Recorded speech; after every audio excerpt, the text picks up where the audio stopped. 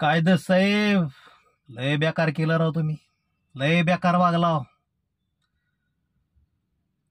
अख्खा महाराष्ट्र तुम्हाला डोक्यावर घेऊन नाचायला लागला होता.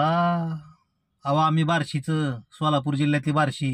काय तुमचा ना आमचा संबंध? आता तुम्ही कसलं काळ का गोर ती सुद्धा आम्हाला माहिती नाही, परंतु आम्ही सुद्धा तुम्हाला आमचं हिरो केलं राव.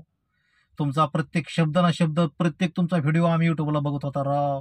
आज दस काय बोलले, उद्या काय बोलणार, परवा काय बोलणार. लय तुमची डॅशिंग आणि लय हिंमत वाटली होती आम्हाला.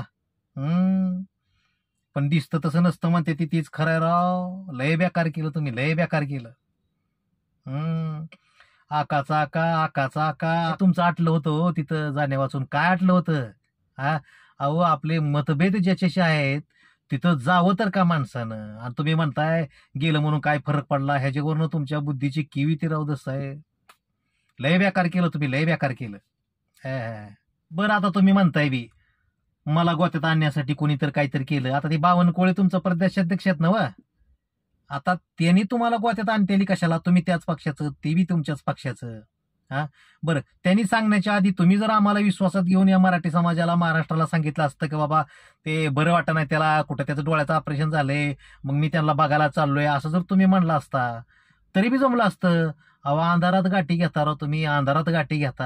हा, अंधारात गाठी ह्याचा अर्थ असा की तुम्ही समाजाला अंधारात ठेवलं, असा त्याचा अर्थ होतो राव. अहो अर्थ काढत कशाला बसायचा आहे? त्याची पक्की गॅरंटीच झाली, संपूर्ण महाराष्ट्राला गॅरंटी झाली की तुम्ही फुटलात राव. आणि आजपर्यंत जी तुम्ही ही कामं केली किंवा ही नाटकं केली, ही सगळं तुमची राजकीय पोळी भाजून घेण्याकरता केली राव. लय बेकार वागला तुम्ही महाराष्ट्र, लय बेकार वागला. असं नसतं वागायचं राव, असं नसतं. अहो मड्याच्या टाळूवरचं लोणी खाणं ज्याला म्हणते का नाही, ती ही आहे बघा, हे आहे. अहो तुम्ही कुठल्या प्रकरणाचं राजकारण केलं, कुठल्या प्रकरणाचं राजकारण केलं? अहो त्या धनंजय देशमुखाचं कुटुंब आज कोणत्या वातावरणात आहे, कुठल्या दुःखात आहे, हा, कुठला कशा प्रकारचा त्रास त्यांना होतोय, काय प्रकारच्या त्यांच्या वेदना त्यांच्या काळजाला होत असतील, आणि तुमचं हे काम बघू तर त्यांच्या काळजाला किती वेदना होत असतील ह्याची कल्पना सुद्धा करू वाटत नाही. दस साहेब लय बेकार वागला तुम्ही, लय बेकार वागला. एका पाठोपाठ एक, एका पाठोपाठ एक, आज एक, उद्या एक, परवा एक, अशी कित्येक प्रकरणं तुम्ही बाहेर काढली त्या माणसांची.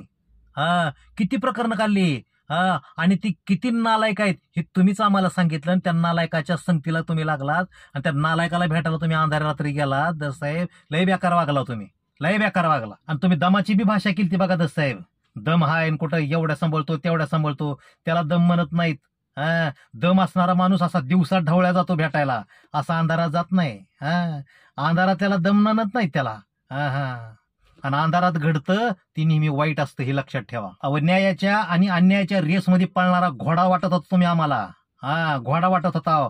असं वाटायचं की ही घोडा न्याय मिळवून ही रेस जिंकणारच, असं वाटत होतं. पण आता तुम्ही शिपूट घातलं की आता तुम्हाला घोडा तर कसं म्हणावं. लय बेकार वागला तुम्ही दस साहेब, लय बेकार वागला. अहो बोट ठेवीन म्हणली तर जागा नव्हती, तुम्हीच सांगत होता. संतोषबायाच्या अंगावर बोट ठेवीन म्हटलं तर जागा नव्हती, एवढा जखमा त्यांच्या अंगावर होत्या.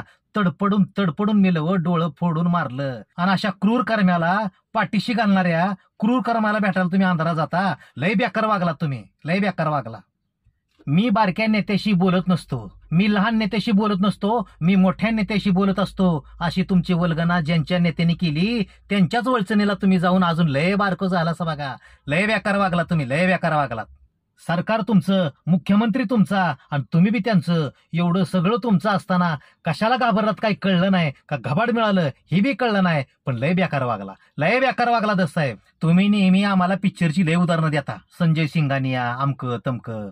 आता मी बी तुम्हाला एका पिक्चरचं उदाहरण देतो. तुम्ही गब्बर इज बॅक बघितलाय का? गब्बर इज बॅक, तसा एक गब्बर तयार होणार.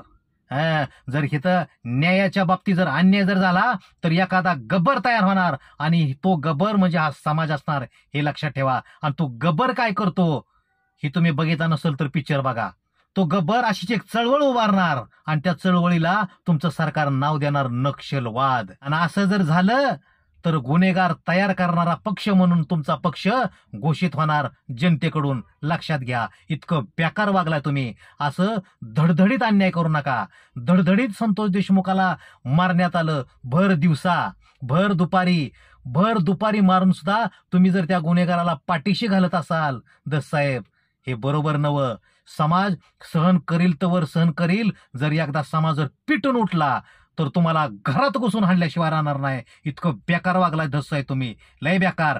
पिक्चरमध्ये असतं बघा, एखादा व्हिलन चांगलं रूप दाखवून दाखवून दाखवून दाखवून तो नट, तो हिरो जेव्हा अडचणीत असतो तेव्हा तो व्हिलन एखादा आपलं खरं रूप दाखवतो आणि प्रेक्षकांना सुद्धा धक्का देतो. तसं तुमचं झालंय राव. इतकं बेकार वागला राव तुम्ही धस साहेब.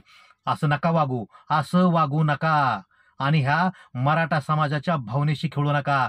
त्या संतोषभैया देशमुखाच्या कुटुंबाच्या ज्या भावना आहेत त्या भावनेशी खेळू नका. आणि याचा परिणाम म्हणून हा समाज तुम्हाला धडा शिकवल्याशिवाय राहणार नाही साहेब. लय बेकार वागला तुम्ही, लय बेकार वागलात आणि समाजाला बी तुमच्या संग बेकार वागायला तुम्ही भाग पाडणार. लय बेकार वागलात.